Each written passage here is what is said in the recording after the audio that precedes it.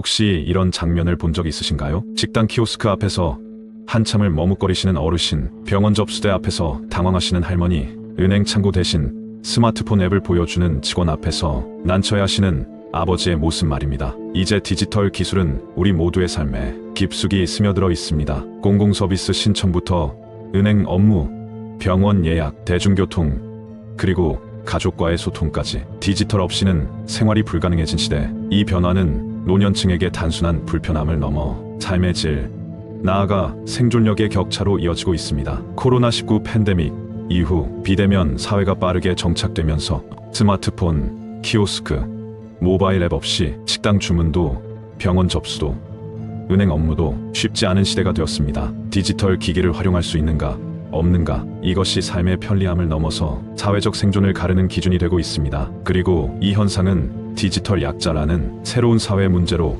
확산되고 있습니다. 노년층의 디지털 소외는 더 이상 개인의 문제가 아닙니다. 정보 접근의 공정성, 사회 참여의 기회, 그리고 인간의 존엄성 문제로 이어지는 전 사회적 복지의 과제입니다. 현실은 어떨까요? 노년층의 디지털 소외는 정보 접근의 단절, 일상생활의 불편, 그리고 사회적 고립이라는 세 가지 측면에서 드러납니다. 첫째, 정보 접근의 단절입니다. 온라인으로 백신 예약을 받고 긴급재난지원금을 신청해야 하는 사회에서 디지털을 모르면 기본적인 권리조차 누릴 수 없습니다. 둘째, 일상생활의 불편함입니다. 은행 창구는 사라지고 병원 예약은 앱으로 해야 하며 대중교통도 모바일 기반 예약으로 바뀌고 있습니다. 이제는 간단한 생활조차 기술에 익숙하지 않으면 불가능해지고 있습니다. 셋째, 사회적 고립의 심화입니다. 젊은 세대는 SNS와 유튜브, 메신저로 끊임없이 연결되어 있지만 디지털에 익숙하지 않은 노년층은 점점 더 외로워지고 관계망이 좁아집니다. 그 결과 우울감과 고립감이 커지고 이는 노년기 우울증과 자살률에도 직접적인 영향을 미치고 있습니다. 그렇다면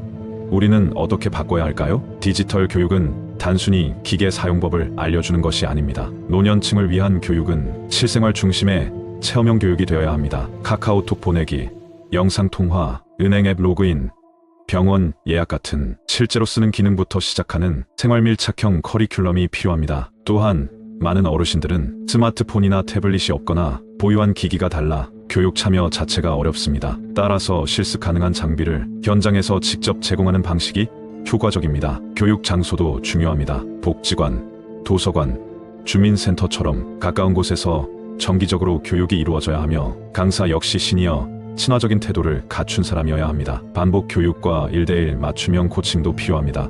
단기간의 일회성 교육보다 주 2회 이상 반복되는 학습, 그리고 개인별 이해도에 맞춘 코칭이 좌절감을 줄이고 학습 지속률을 높입니다. 하지만 교육만으로는 충분하지 않습니다. 실제 생활에서 기술을 활용할 수 있도록 기술 친화적 환경과 제도적 지원이 함께 마련되어야 합니다. 가장 먼저 키오스크 UI 개선이 필요합니다. 글자 크기를 키우고 음성 안내를 추가하며 복잡한 단계를 줄이는 등 고령자 친화적인 인터페이스 설계가 필요합니다. 일부 프랜차이즈에서는 이미 시니어 전용 모듈을 도입해 좋은 반응을 얻고 있습니다. 또한 디지털 교육을 위한 공간을 확충해야 합니다. 현재는 복지관이나 도서관 등 제한된 장소에만 교육이 집중되어 있으며 전문 장비와 인력도 부족합니다. 앞으로는 시니어 전용 스마트 교육센터나 이동형 교육버스를 운영해 접근성과 편의성을 함께 높여야 합니다. 정부와 지자체의 역할도 중요합니다. 교육 바우처, 교육 장려금, 기기 지원 등 현실적인 제도적 뒷받침이 필요하며 기업과의 협업을 통한 교육 캠페인 확산도 요구됩니다. 서비스 제공 기업들도 변화해야 합니다. 은행, 병원, 통신사 등은 오프라인 지원 창구와 전담 인력을 통해 디지털 전환의 사각지대를 줄여야 합니다. 그렇다면 디지털 역량은 노년층의 삶에 어떤 변화를 가져올까요? 디지털 문해력은 단지 기술 습득이 아닙니다. 삶 전체의 질을 높이는 핵심 역량입니다. 스마트폰을 능숙하게 활용하는 노인은 일상 자립도가 높고 사회 참여 빈도가 높으며 우울감이 낮다는 연구 결과도 있습니다. 정보 접근성이 높아지고 금융거래와 공공서비스 신청을 스스로 해결할 수 있게 됩니다. 필요한 경우 디지털을 활용한 소득 활동도 가능해집니다. 또한 영상통화나 SNS, 온라인 모임을 통해 사회적 연결을 유지하고 새로운 관계를 형성할 수도 있습니다. 무엇보다 스스로 디지털 기술을 익히고 활용하는 과정은 나는 할 수 있다는 자신감을 키우고 자아 효능감을 향상시킵니다. 이는 우울증 예방에도 효과적입니다. 그리고 장기적으로 국가 전체의 디지털 전환 비용도 줄어듭니다. 행정 효율은 증가하고 복지 지출 부담은 완화될 수 있습니다. 디지털은 노인을 위한 장벽이 아닙니다. 또 다른 삶의 문을 여는 열쇠입니다.